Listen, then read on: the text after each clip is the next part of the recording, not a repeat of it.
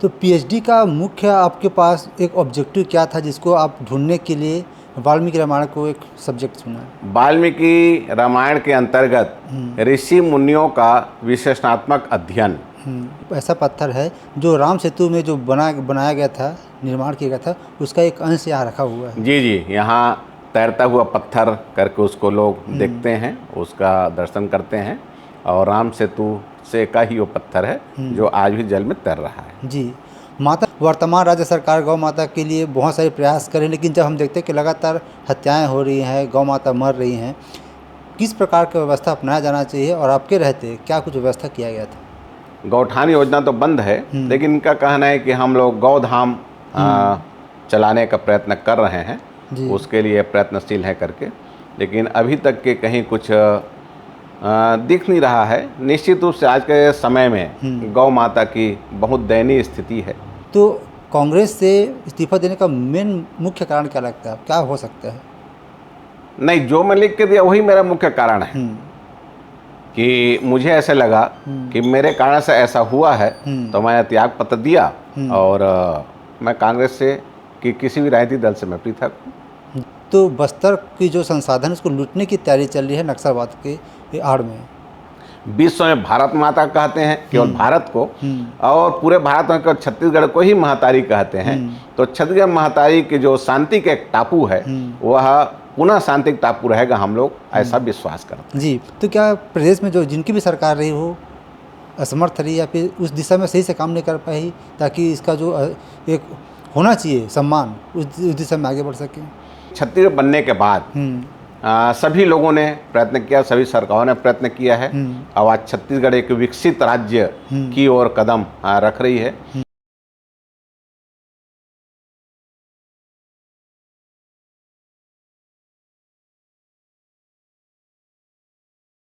नमस्कार, आप देख रहे हैं TNR न्यूज़। मैं हूं आपके साथ रुपेश ठाकुर।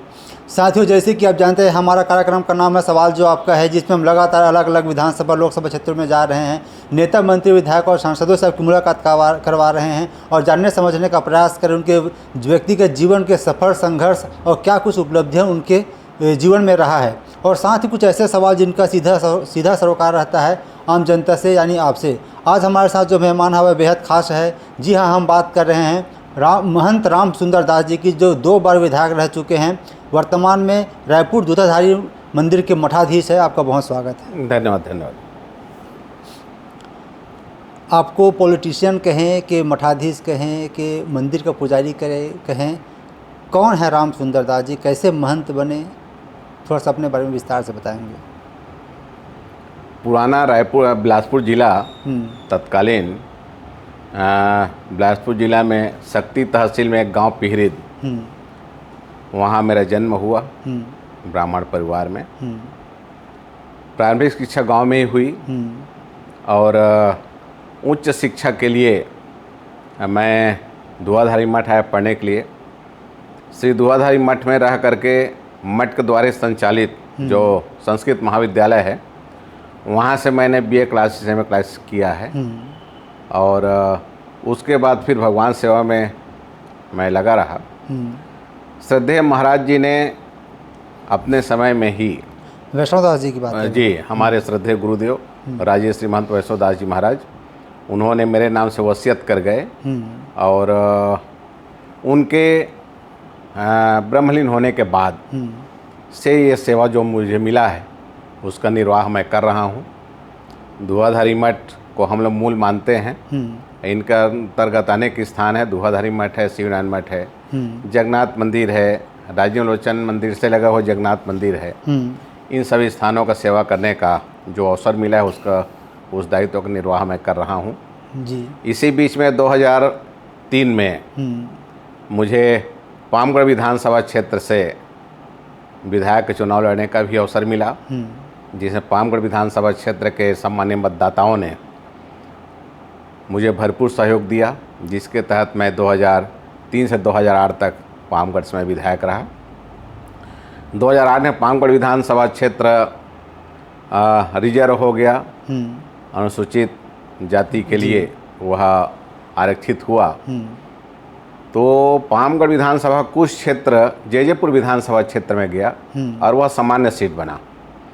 तो कांग्रेस पार्टी मुझे वहाँ से भी टिकट दिया। वहाँ की जनता ने मुझे भरपूर सहयोग दिया और 2008 से 2013 तक मैं जैजेपुर विधानसभा क्षेत्र से भी प्रतिनिधित्व किया और जनता की जो समस्या है उसका समाधान के लिए मैं प्रयत्नशील रहा जी। और खुशी की बात है कि पामगढ़ विधानसभा क्षेत्र जैजेपुर विधानसभा क्षेत्र में जब मैं सेवा था तो उस समय जनता की जो मांग थी उसके अनुकूल सेवा करने का अवसर मिला। उस दायित्व निर्वाह मैंने किया। जी। जब हम बात करते हैं बचपन का सर, तो आम जो लोग रहते हैं उनका बचपन का एक अलग रहता है माहौल, उस समय का वातावरण, लेकिन चूंकि आप शुरू से ही कहीं न कहीं भक्ति भाव से जुड़े रहे हैं, कैसा आपका बचपन गुजरा है, थोड़ा सा बताएंगे? नहीं, बचपन तो मेरा सामान्य नहीं रहा। जैसे सामान्य लोगों का बचपन रहता है, गांव देहात की जो दिनचर्या रहती है, उस समय का बचपन जो गांव देहात में जैसे लोग रहते हैं, हाँ। वैसे ही मैं रहा। 11वीं मैट्रिक मैंने मालखुर्दा से किया, जो पीरी से ही लगा हुआ है। 11वीं मैट्रिक करने के बाद उच्च शिक्षा के लिए मैं दुआधारी मठ में आया। दुआधारी मठ में रह करके संस्कृत महाविद्यालय से मैंने MA किया और आगे चल करके फिर भगवान के सेवा में लग करके इस स्वरूप में आ करके और विधायक होने के बाद भी मैं अपने पढ़ाई को जारी रखा, अध्ययन को जारी रखा।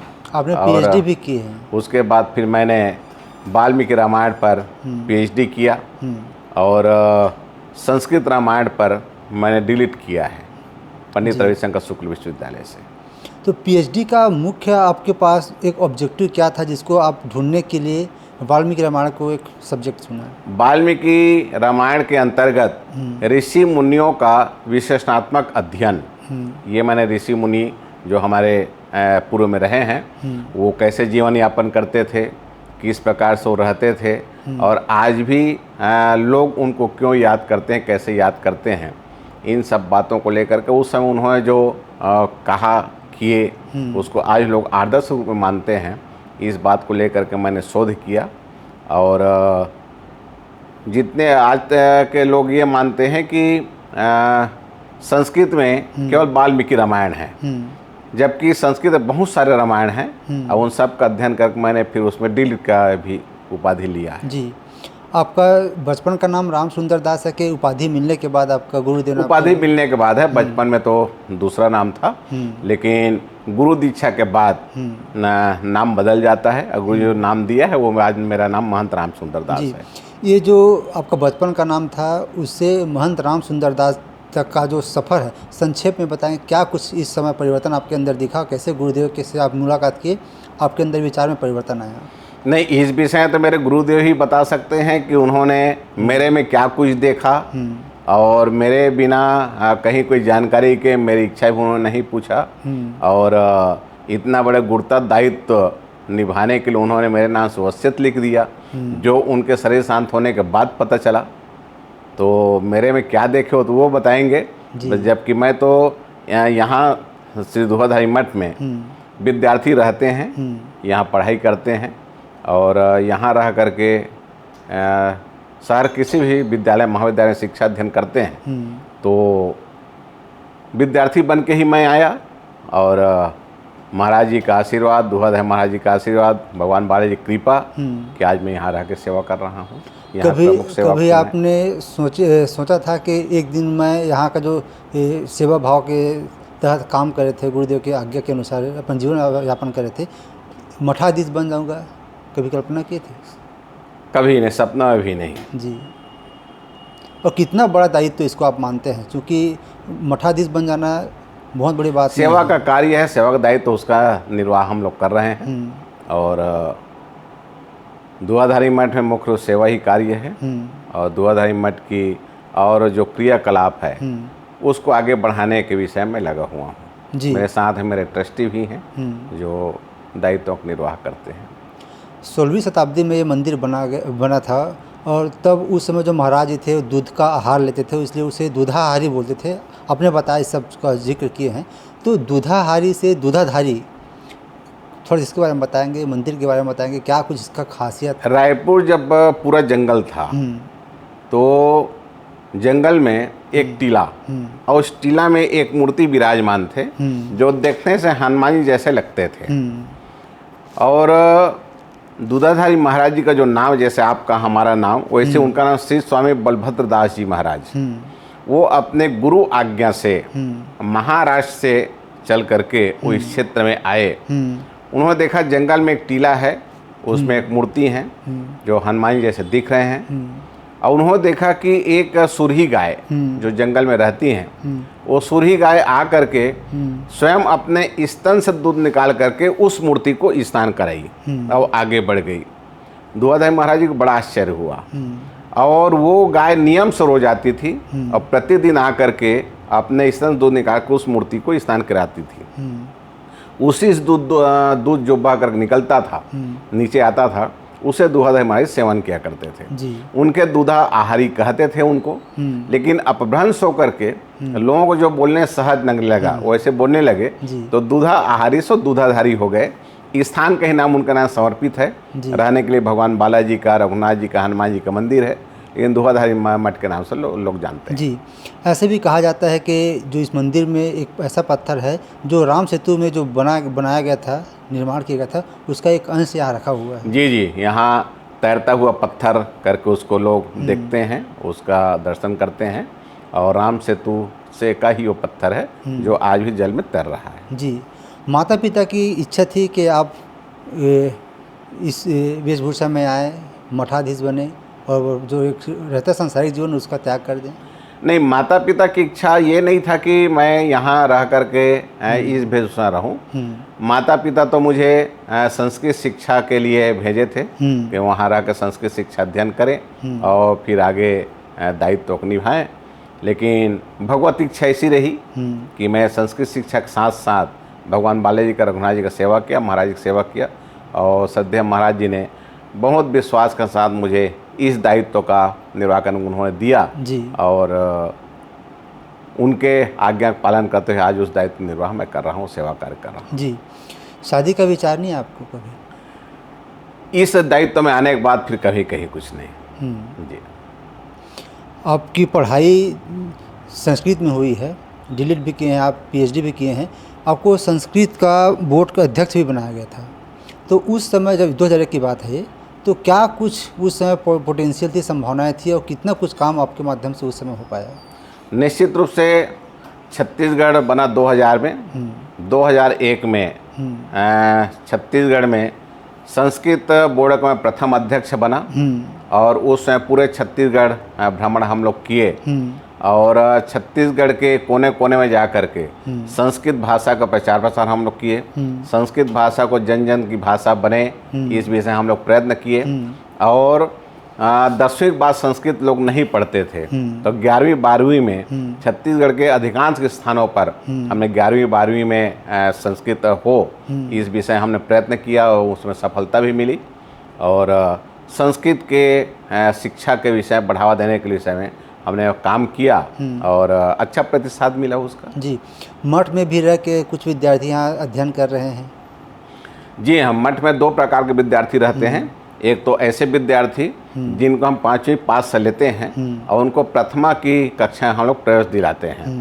प्रथमा, मध्यमा, शास्त्री, आचार्य, ऐसे संस्कृत की पढ़ाई होती है। प्रथमा मतलब समझे कि मिडिल स्कूल, और पूर्व मध्यमा मतलब हाई स्कूल, उत्तर मध्यमा का समकक्ष होता है हायर सेकेंडरी स्कूल, शास्त्री का समकक्ष होता है कि बीए, और एमए का समकक्ष होता है शास्त्री। ऐसे करके यहाँ पढ़ाई होती है, और उसमें विद्यार्थी हैं, पढ़ रहे हैं। और सदैव महाराज जी ने इस विद्यालय को 1934 में 36 में प्रारंभ किए, 36 से चल रहा जी, है। तब से सतत चल रही है। जी जी। 26 दिसंबर 22-23 का ये वो समय था जब यहाँ धर्म संसद का आयोजन किया गया था। उसमें बहुत से देश भर के साधु संत महात्मा यहाँ पहुँचे हुए थे। उसमें उनमें से एक का नाम था कालीचरण, संत कालीचरण जी। तो उनका जो वक्तव्य था गांधी जी के ऊपर में, वो आपको कहीं ना कहीं ठीक नहीं लगा, और आपका जब समय आया बोलने का तब आपने उसका विरोध किया और अपने आप से धर्म संसद अलग कर लिया। क्या कारण था? सिर्फ गांधी जी के बारे में अपशब्द बोलना था क्या? चूँकि आप उस समय कांग्रेस में थे तो बीजेपी कहीं न कहीं गोडसे जी को ज़्यादा महत्व देते हैं और गांधी जी को उनसे कुछ न कुछ, क्या कुछ आपके मन में चल रहा था? देखिए, वह जो कार्यक्रम था वह धर्म संसद के लिए बुलाया गया था। वहाँ भारतीय संस्कृति सनातन धर्म के विषय चर्चा होनी थी और चर्चा यही हो रही थी कि सनातन धर्म को कैसे इसका संरक्षण किया जाए, संवर्धन किया जाए, सनातन धर्म का प्रचार प्रसार कैसे किया जाए, लोगों के बीच में सनातन धर्म की जो विशेषता है उसको कैसे बताया जाए। चर्चा इसी विषय चल रही थी और अचानक से वहाँ जब बोलने के लिए जब संत कालीचरण जी गए तो वो दोबारा गए, उनको दोबारा बुलाया गया, जबकि एक बार वो बोल करके आ चुके थे। पुनः फिर दोबारा उनको बुलाया गया। जब दोबारा वो पहुँचे तो बोलते बोलते वो महात्मा गांधी जी को लेकर के उन्होंने टिप्पणी करना प्रारंभ कर दिया। वो अच्छा नहीं लगा और जब मुझे बोलने का अवसर आया तो मैंने कहा भाई यह धर्म संसद है और धर्म संसद धर्म की बात होनी चाहिए, धर्म को उत्थान के लिए बात होनी चाहिए और यहाँ किसी के ऊपर टीका टिप्पणी करना या कटाक्ष करना यह उचित नहीं है। और मुझे बड़ा आश्चर्य लग रहा है कि यहाँ जितने भी लोग बैठे हैं कोई इसका प्रतिरोध भी नहीं कर रहे हैं, सब ताली बजा रहे थे। और ये कहा कि मुझे दुख लगा और मैंने कहा कि यह जो धर्म संसद है चूंकि यह अपनी दिशा भटक गया है, जो मूल उद्देश्य है उससे पृथक हो गया है, इसलिए ऐसे धर्म संसद का मैं बहिष्कार करता हूँ। ये कह के वहाँ से मैं अलग हो गया। जी, बीजेपी लगातार कांग्रेस को सनातन विरोधी कहते आए हैं, मानते आए हैं। क्या सच में कांग्रेस पार्टी के अंदर हिंदू धर्म के प्रति जो आस्था है उसमें कमी दिखाई देती है? क्योंकि जब चिंतामणि महाराज कांग्रेस से बीजेपी में आए थे तो उनका कहना था कि यहाँ तो हम जय श्री राम का नारा भी ठीक से लगा सकते। देखिए, ऐसा है कि मैं कांग्रेस में जब तक के रहा तब तक के मुझे किसी बात के टोका टाकी नहीं किया गया और चूँकि मैं मूलतः धार्मिक व्यक्ति हूँ, दुआधारी मठ में प्रथम सेवक हूँ, तो दुआधारी मठ मेरे लिए मूल है। और जब मुझे राजनीति में भी सेवा का अवसर मिला तो मैं तो अपने आप को यही माना कि अभी तक मैं मठ में 4 दीवारी रह करके मैं सेवा करता था और सेवा का विस्तार हुआ है और जनता जनार्दन बीच में जाकर मुझे सेवा करना है और मुझे 10 साल अवसर भी मिला। तो मैंने जनता का जो मेरे से हो पाया राजनीति में रह कर मैंने सेवा किया है, तो मुझे कभी कहीं कोई ऐसा बाधा नहीं आया और धर्म के रूप में, धार्मिक रूप से मैं स्वतंत्र रूप से काम किया है। जी, आपका राजनीति की ओर झुकाव कब हुआ? क्योंकि जब हम बात करते हैं, चाहे राजर्षि वैष्णव दास जी की बात कर लें या फिर लक्ष्मी नारायण दास जी की बात करें, महंत लक्ष्मी नारायण दास जी की बात करें, फिर आपकी बात करें, इससे पूर्व भी वो विधायक रहे हैं, राज्यसभा सांसद भी रहे हैं, तो वो भी कांग्रेस पार्टी की ओर झुकाव उनका रहा है। तो क्या यही आपका भी मानसिकता या विचारधारा कि आपको कांग्रेस में जाना है, फिर राजनीति में कैसा आपका आना हुआ? देखिए, ऐसा है, दूधाधारी मठ रायपुर और जैतूसा मठ पुरानी बस्ती रायपुर, ये दोनों ही अंग्रेज़ों के खिलाफ अब भारत को स्वतंत्र कराने के लिए दोनों स्थान कृत संकल्पित रहे और दोनों श्री महंत जी भरसक प्रयत्न किए और उस समय के जो क्रांतिकारी थे उनको आर्थिक रूप से सहयोग पहुंचाने का काम इन दोनों स्थानों ने किया है, जैतूसा मठ ने, दुआधारी मठ ने। और उस समय जो स्वाधीन भारत का सपना देखते थे, ऐसे लोगों का बैठ करके चर्चा करना, इसका प्रचार प्रसार कैसे हो, हम कैसे भारत माँ स्वतंत्रता दिलाएं, अंग्रेजों के चंगुल से कैसे हम इसको छुड़ाएं, अंग्रेजों जंजीर से कैसे भारत माता अलग हो, स्वतंत्र हो, इस विषय प्रयत्न करते रहे। उसके तहत स्वतंत्र संग्राम सेनानी भी रहे। जब भारत स्वतंत्र हो गया तो श्रद्धेय श्री महंत लक्ष्मी नारायण दास जी महाराज राज्यसभा सदस्य भी रहे और जब मध्य प्रदेश बना तो मध्य प्रदेश कांग्रेस कमेटी के प्रथम अध्यक्ष रहे। जी, रायपुर में, रायपुर का, हाँ, मतलब मध्य प्रदेश का। मध्य प्रदेश जब पहली बार बना तो मध्य प्रदेश कांग्रेस कमेटी के प्रथम अध्यक्ष रहे वो जी। तो ये तो स्थान है जिसका सेवा करने का अवसर मुझे मिला है और राजनीति में आने का मैं कभी सोचा भी नहीं था। वो तो जैसे ही छत्तीसगढ़ बना तो मुझे संस्कृत बोर्ड का अध्यक्ष बनाया गया, कैबिनेट मंत्री दर्जा दिया और संस्कृत भाषा प्रचार प्रसार मैं कर रहा था। इसी बीच में 2003 में जब चुनाव हुआ तो पानगढ़ विधानसभा क्षेत्र से कांग्रेस 3 बार हार चुकी थी और उस जगह से मुझे टिकट दिया गया जनता का सहयोग मिला और वहाँ से कांग्रेस जीती और कांग्रेस में विधायक रहा 2 बार। जी। गौ सेवा आयोग का आप अध्यक्ष रहे हैं। वर्तमान में जिस प्रकार की राजनीति गौ माता के ऊपर हो रही है, कांग्रेस पार्टी की जब यहाँ सरकार थी तो गौठान योजना लाया गया था जो कहीं ना कहीं बेहतर था, आने वाले समय में उसका बेहतर परिणाम मिल सकता था। वर्तमान राज्य सरकार गौ माता के लिए बहुत सारे प्रयास करें, लेकिन जब हम देखते हैं कि लगातार हत्याएं हो रही हैं, गौ माता मर रही हैं, किस प्रकार की व्यवस्था अपनाया जाना चाहिए और आपके रहते क्या कुछ व्यवस्था किया गया था? देखिए, मुझे गौ सेवा आयोग का अध्यक्ष होने का, सेवा करने का भी अवसर मुझे मिला। जब माननीय भूपेश जी मुख्यमंत्री बने तो उन्होंने जगह जगह, छत्तीसगढ़ में वैसे 20,000 गाँव हैं, 20,000 में से 11,000 गाँवों में उन्होंने गौठान का निर्माण कराया और उसमें के 4,000 गौठान तो ऐसे रहे जो स्वावलंबी हो गए थे और गोबर खरीदने के लिए भी पैसा सरकार को उनको देना नहीं पड़ता था, ऐसे स्वावलंबी हो गए थे। और महिला समूह के सभी माताएं बहुत अच्छे ढंग से सेवा कार्य करते थे और उसी समय मुझे सेवा का अवसर मिला गौ माता के संरक्षण के संवर्धन के लिए। तो उस समय 110 पंजीकृत गौशालाएं छत्तीसगढ़ में रहे और उन सभी गौशाला जा कर के मैंने जो वहाँ स्वयंसेवी संस्थाएं गौशाला चला रहे हैं उनको मैंने प्रेरित किया, उनसे मैंने आग्रह किया जिसके तहत गौवंशी बहुत अच्छे सुरक्षित रहे, संरक्षित रहे और बहुत अच्छा कार्य चला। और वर्तमान समय में जो सरकार है, गौठान योजना तो बंद है लेकिन इनका कहना है कि हम लोग गौधाम चलाने का प्रयत्न कर रहे हैं, उसके लिए प्रयत्नशील है करके, लेकिन अभी तक के कहीं कुछ दिख नहीं रहा है। निश्चित रूप से आज के समय में गौ माता की बहुत दयनीय स्थिति है, लोग अपने घर में रखना नहीं चाहते हैं, गौ माता भटक रही इधर उधर और भोजन के अभाव में, रख रखाव के अभाव में, देख रेख के अभाव में अकाल मृत्यु को प्राप्त हो रहे हैं। कैसे जो सनातन धर्म को मानने वाले लोग हैं इस समस्या का सरकार के ऊपर दोष ना देके समाधान खुद से निकाल सकते हैं, क्या लगता है आपको?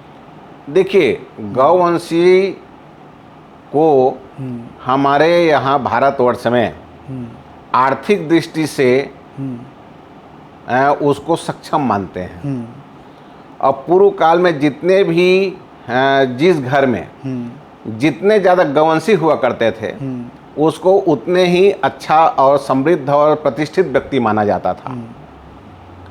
आज के समय में लोग गाय का सेवा करना नहीं चाहते हैं, जबकि दूध हर किसी को चाहिए, शुद्ध दूध चाहिए, लेकिन गौ माता की सेवा कोई करना नहीं चाहता है।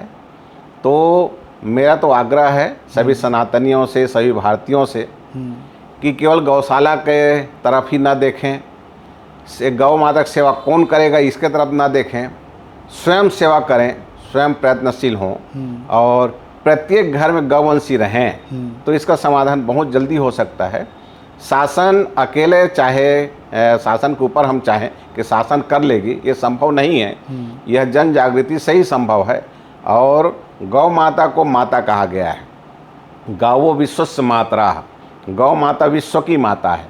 अब विश्व में जितने जीवधारी प्राणी हैं उन सब की माता गौ माता है। तो गौ माता को हम माता कहते हैं तो उनको वैसी सम्मान भी मिलनी चाहिए, उनको वैसी सेवा भी होनी चाहिए। तो मैं तो हर सनातनियों को, हर भारतीयों से मैं आग्रह करना चाहता हूँ कि गौ माता का यदि हम माता कहते हैं तो मनसा वाचा कर्मणा समर्पित होकर उनकी सेवा करना चाहिए। जी, अब मीडिया के सामने आकर बोले थे कि हार के कारण मैं अपना व्यक्तिगत इसकी जिम्मेदारी लेता हूं और कांग्रेस से आप त्यागपत्र दे दिए। क्या एक यही कारण था, क्योंकि 2013 में भी आप हारे थे और हारने के बाद कैसे लोगों के बीच जाना है, कैसे अपने आप को फिर से खड़ा करना है, आप बेहतर तरीके से जानते हैं। तो कांग्रेस से इस्तीफा देने का मेन मुख्य कारण क्या लगता है, क्या हो सकता है? नहीं, जो मैं लिख के दिया वही मेरा मुख्य कारण है कि मुझे ऐसे लगा कि मेरे कारण से ऐसा हुआ है तो मैंने त्याग पत्र दिया और मैं कांग्रेस से कि किसी भी राजनीतिक दल से मैं पृथक हूँ। जी, तो एक सिर्फ एक हार ही कारण है? जी, जो हार मिला था सिर्फ वही कारण है आप त्यागपत्र देने का? बिल्कुल वही कारण है। जी, 2023 में जिस प्रकार से कांग्रेस पार्टी की हार हुई है और बीजेपी की जीत हुई है, और जीतने के बाद बीजेपी चूँकि भी 2 वर्ष लगभग होने को है, अपनी पीठ थपथपा रही है और बोल रही है कि हम बेहतर काम किए हैं अगर तुलना करें कांग्रेस के 5 साल से। तो किस दिशा में जा रही है? क्योंकि आपके पास इतना लंबा अनुभव है, आप बेहतर तरीके से समझ सकते हैं कि सच्चाई क्या है और बातें जो बना रहे हैं, पीठ थपथपा रहे हैं, उसमें कितने दम है। चूँकि मैं किसी भी राजनीतिक दल से जुड़ा नहीं हूँ वर्तमान में जी, इसे राजनीतिक टिप्पणी करना मेरे लिए उचित भी नहीं है। जी। ये अभी बस्तर को नक्सल मुक्त करने की बात किया जा रहा है, तो एक सवाल निकल कर सामने आ रहा है, क्योंकि इससे पहले बीजेपी की सरकार थी प्रदेश में और सेंट्रल में, उस समय ये सब कदम को नहीं उठाया गया। इस बार इसलिए किया जा रहा है ताकि बस्तर से नक्सलवादियों को ख़त्म करके जो उद्योगपति हैं उसको उसके लिए जगह मुहैया करा सके। तो बस्तर की जो संसाधन उसको लूटने की तैयारी चल रही है नक्सलवाद के आड़ में। देखिए, पूरे भारतवर्ष में यह जो हमारा छत्तीसगढ़ है, यह एक शांति का टापू है। छत्तीसगढ़ को धान का कटोरा कहा जाता है। यहाँ बहुत ही सीधे साधे और बहुत ही सज्जन निवास करते हैं लोग। और इस शांति के टापू में हमारा 2 क्षेत्र, विशेष करके सरगुजा और बस्तर, कुछ समझिए कि महाराष्ट्र का बॉर्डर है, ये आपका राजनांदगांव जिला, ये नक्सल प्रभावित रहा पूर्व में। जो शांति के टापू को जो शांति टापू था उसमें वो खलल डालता था, जिसमें सबके प्रयत्न से, जनता के भी प्रयत्न से, सहयोग से सरगुजा से लगभग पूर्णतः नक्सल समाप्त हो गया है। राजनांदगांव के आसपास भी नक्सलाइटों का कहीं कुछ अभी दिखता नहीं है। कुछ अभी बस्तर में हैं और जिसका खात्मा करने के लिए, समापन करने के सरकार भी लगी है, केंद्र सरकार भी लगी है, जनता का भी सहयोग मिल रहा है। तो हमारे लिए खुशी की बात है कि जो पूर्व में शांति का टापू रहा हमारा छत्तीसगढ़, माता कौशल्या का जन्मभूमि माता यह छत्तीसगढ़, और पूरे भारतवर्ष में केवल छत्तीसगढ़ को ही महतारी कहते हैं। छत्तीसगढ़ महतारी, विश्व में भारत माता कहते हैं केवल भारत को, और पूरे भारत में केवल छत्तीसगढ़ को ही महतारी कहते हैं। तो छत्तीसगढ़ महतारी के जो शांति का एक टापू है वह पुनः शांति का टापू रहेगा, हम लोग ऐसा विश्वास करते हैं। जी, महतारी की बात करें सर, आप भगवान रामचंद्र जो सबके आराध्य हैं, उनकी महतारी का गांव जो निवास जन्म स्थान है छत्तीसगढ़ है, उसके बाद भी कहीं न कहीं अगर हम देखें तो देश स्तर में उतना जानकारी या फिर उतना यहाँ महत्वपूर्ण स्थानों को उनका स्थान नहीं मिल पाया है छत्तीसगढ़ को। तो क्या प्रदेश में जो जिनकी भी सरकार रही हो असमर्थ रही या फिर उस दिशा में सही से काम नहीं कर पाई, ताकि इसका जो एक होना चाहिए सम्मान उस दिशा में आगे बढ़ सके?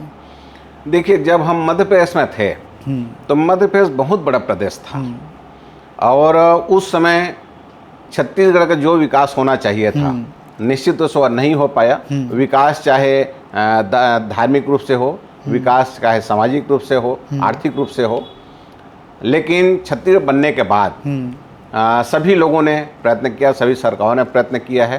अब आज छत्तीसगढ़ एक विकसित राज्य की ओर कदम रख रही है और हमारा यह छत्तीसगढ़ अब 25 वर्ष का युवा हो चुका है जी। तो हमें आशा ही पूरा विश्वास है कि छत्तीसगढ़ बहुत विकास करेगा और हमारा जो धार्मिक दृष्टिकोण है, हमारा जो ऐतिहासिक और पुरातात्विक जो महत्व के स्थान हैं, उन सब का ही संरक्षण होगा, संवर्धन होगा, ऐसे हम लोग विश्वास करते हैं। जी, धान का कटोरा अब शराब का कटोरा बनता जा रहा है। चाहे हम देखें कि शराबबंदी की तो कोई बात ही नहीं कर रही है, अब ज़्यादा शराब दुकानें खुल रही हैं। इससे जो समाज में रहने वाले युवा वर्ग हैं कहीं ना कहीं से बहुत ज़्यादा प्रभावित हो रहे हैं।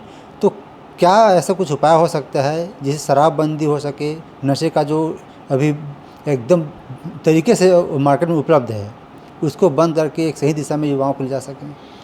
निश्चित रूप से नशा चाहे किसी भी चीज़ का हो वह अच्छी बात नहीं है।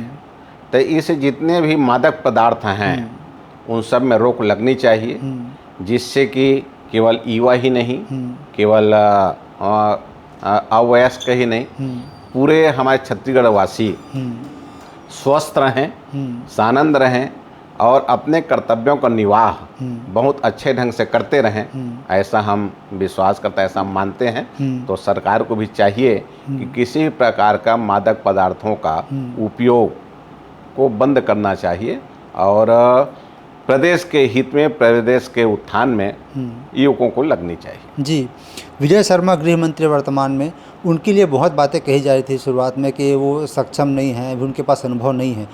हम देखते हैं अभी वर्तमान में कितने सक्षम है नहीं है, जनता भी देख रही है। अपराधों का ग्राफ लगातार बढ़ता जा रहा है, तो क्या कहीं ना कहीं एक ऐसा क्षेत्र है जहां विजय शर्मा जी अपने आप मतलब कमज़ोर दिख रहे हैं? देखिए क्या है, प्रजातंत्र में जनता सर्वोपरि है और जनता ने जिनको आशीर्वाद दिया, जिनके ऊपर उन्होंने सहयोग किया, वो प्रतिनिधि बनते हैं। और उसके तहत आज माननीय विजय शर्मा जी गृह मंत्री हैं, उप मुख्यमंत्री हैं छत्तीसगढ़ के जी। तो निश्चित तो सेवा कार्य कर रहे हैं और छोटी मोटी घटनाएं होती रहती हैं और वह भी सुलझ जाएगा आगे चल के। जी, पामगढ़ का जो रास्ता है शुरुआत से लेकर अभी तक हम लगातार वहाँ जा रहे हैं सर, देख रहे हैं। मेरे ख्याल से जहाँ तक मुझे जानकारी है, एक बार भी जो गांव है, गांव का नाम मैं भूल जा रहा हूँ, वहाँ का रास्ता पहले जैसे था वैसे अभी भी है। तो क्या कारण है कि पामगढ़ का जो रास्ता है, वहाँ के जो लोग हैं उन्हें सहूलियत नहीं मिल पा रहा है, जो योजनाएं बनाई जा रही सरकार के द्वारा उनको वहाँ तक मिल नहीं पा रहा है। पामगढ़ के विधायक के ऊपर ये आरोप भी लगा है कि पैसे का लेन देन कर रही हैं। तो प्रतिनिधि ऐसे करेंगे तो फिर कैसे काम चलेगा? निश्चित रूप से प्रतिनिधि सेवा के लिए होते हैं और जनप्रतिनिधि को जनता के प्रति जवाबदेही होना चाहिए और जनता के जो समस्या है उसके समाधान के उनको प्रयत्न करते रहना चाहिए था। और मुझे जब अवसर मिला, चाहे पामगढ़ का हो चाहे जयजयपुर का हो, तो उसका मैंने मनसावाज कर्मणा सेवा किया है और आज भी वहाँ की जनता उस सेवा को याद करते हैं। बहुत बड़ा चिंता का कारण है कांग्रेस पार्टी के लिए सर, क्योंकि जो प्रदेश के मुखिया रहे हैं उनके ऊपर भ्रष्टाचार का आरोप लगे, उनके बेटे के ऊपर भी कार्रवाई चल रही है। तो क्या लगता है कि एक तरफा कार्रवाई है, झूठी कार्रवाई है कि सच्चाई है कि जिसके कारण से भी वो ये सब का सामना कर रहे हैं? मैंने पहले ही आपसे आग्रह किया है जी कि चूँकि मैं किसी दल में आज नहीं हूँ, इस दलगत टिप्पणी करना मेरे लिए उचित नहीं होगा। जी, आने वाले समय में कोई पार्टी ज्वाइन कर सकते हैं? नहीं, बिल्कुल नहीं। मैं भगवत सेवा में लगा हूँ। दुआधारी मठ की, शिवनारायण मठ की, जैतूसम मठ की, राजलोचन भगवान की, इन ट्रस्टों का अनेक सारे काम जनहित का चल रहा है और जनहित का जो कार्य है ट्रस्ट के द्वारा किया जा रहा है उसको आगे बढ़ाने का और उसे पूरा समय देने का काम मैं अभी कर रहा हूँ और मैं इसमें संतुष्ट हूँ और मुझे अच्छा भी लगता है कि ट्रस्टों के माध्यम से जनहित का कार्य हो रहा है और लोगों के समस्याओं का समाधान हम इसके इन ट्रस्टों के माध्यम से कर रहे हैं। जी, लगभग जहाँ तक मुझे जानकारी है 1995-96 में आप मठाधीश बने हैं, 90 के दशक में। तो इसका प्रोसेस क्या होता है और आप किनको तैयार कर रहे हैं और किन किन बातों के ध्यान विशेष रखना पड़ता है? देखिए, जो स्थानधारी होते हैं, जो मठाधीश होते हैं, पीठाधीश्वर होते हैं, उनके अनेक शिष्य होते हैं और उन अनेक शिष्यों में से महंत जी को ऐसा लगता है कि मेरे बाद मेरे जो दायित्व है उसको मैं नहीं रहने के बाद ये बहुत ऐसे चला सकते हैं। तो यह विश्वास होने पर या तो अपने सामने ही उनको अभिषिक्त कर देते हैं या फिर उनके पक्ष में वसीयत लिख जाते हैं। ये दो माध्यम हैं चयन करने का। और हमारे महाराज जी का ये हुआ था कि उनके गुरुजी ने अपने सामने उनको अभिषिक्त कर दिए थे, बैठा दिए थे गद्दी पर। मेरे समय में श्रद्धेय महाराज जी ने मेरे नाम से वसीयत लिख दिए थे। तो ये परंपरा है, परिपाटी है और इस प्रकार से चयन होता है। शिवरी नारायण भवन का निर्माण आपके द्वारा कराया गया बिलासपुर में, जो बहुत उपयोगी है। हम वहाँ गए थे चुनाव के दौरान, तो हमें वहाँ रुकने का, ठहरने का सौभाग्य प्राप्त हुआ। इस प्रकार की और कुछ अलग अलग जगहों में, ताकि जो श्रद्धालु जा रहे हैं अलग अलग क्षेत्र में, तो उनको ये सब सुविधा मिल सके, कुछ योजना है आगे चलकर? निश्चित रूप से दुआधारी मठ के अनेक गाँव हैं और प्रत्येक गाँव में प्राचीन काल का बना हुआ मकान है, बाड़ा, जिसे बाड़ा कहते हैं वहाँ की भाषा में जी। और लोगों के सुविधा के लिए उसको बनाया गया था।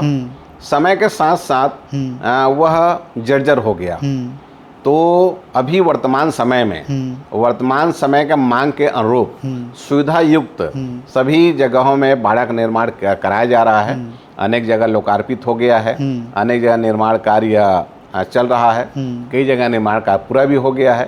तो जनता उनसे उसका लाभ भी ले रहे हैं। अपने सामाजिक, धार्मिक, सांस्कृतिक, मांगलिक सारे कार्यक्रम सुविधापूर्वक और निर्बाध रूप से उन भवनों में अपना कार्य करते हैं और निःशुल्क रूप से करते हैं। उनको कहीं कोई शुल्क देना नहीं पड़ता जी। है। अगर आप मठाधीश नहीं रहते तो सोचे थे कि मुझे किस फील्ड में जाना है, कहाँ रहते आप? ये कल्पना की बातें हैं। आज मैं भगवान की सेवा कर रहा हूँ जी। और उसमें मैं संतुष्ट हूँ।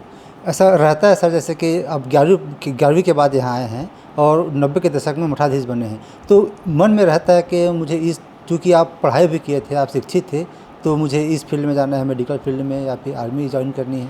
अब ऐसा है कि अब जो भी जैसा रहा होगा, लेकिन आज मैं भगवान बालाजी समर्पित हूँ। भगवान शिवनारायण को, जगन्नाथ जी का, राघवेंद्र सरकार का, राजीव लोचन भगवान में सेवा कर रहा हूँ और उसमें पूर्णतः संतुष्ट हूँ। आपका बहुत धन्यवाद, समय निकाला चर्चा की हमारे साथ। कुछ धन्यवाद। खास संदेश देना चाहेंगे छत्तीसगढ़ की जनता को? मैं छत्तीसगढ़ के जनता से इतना ही आग्रह करना चाहता हूँ कि गाय को हम माता मानते हैं, तो गाय हमारी माता है, तो उनको ऐसी सम्मान दें, उनका संरक्षण करें, संवर्धन करें और गौ माता की सेवा निश्चित रूप से करें। हम अपने घर में करें। यदि घर में जगह नहीं है तो किसी गौशाला में, किसी धार्मिक स्थल में रख करके गौ माता की सेवा करें, तभी हम गौ माता को माता कहलाने के अधिकारी होंगे। और मैं सभी छत्तीसगढ़ के नागरिकों से मैं आग्रह करना चाहता हूँ कि हनुमान जी महाराज ने कहा है कि राम काज किन्हो बिनो मोहि कहाँ विश्राम। तो जिसको जो भी दायित्व मिला है उसे मर्यादा पुरुषोत्तम राघवेंद्र सरकार का कार्य है, यह समझ करके उसका निर्वाह करें, तो हमारा भारतवर्ष आज भी सोने का चिड़िया कहलाया जा सकता है। हमारा भारतवर्ष को आज भी जगत गुरु पदवी दोबारा प्राप्त किया जा सकता है। तो जो दायित्व जहाँ भी जिसको मिला है उसका निर्वाह भगवान राघवेंद्र सरकार कार्य ये समझ के करें, ऐसा मैं आग्रह करना चाहता हूँ। आपको बहुत बहुत धन्यवाद, बहुत बहुत साधुवाद।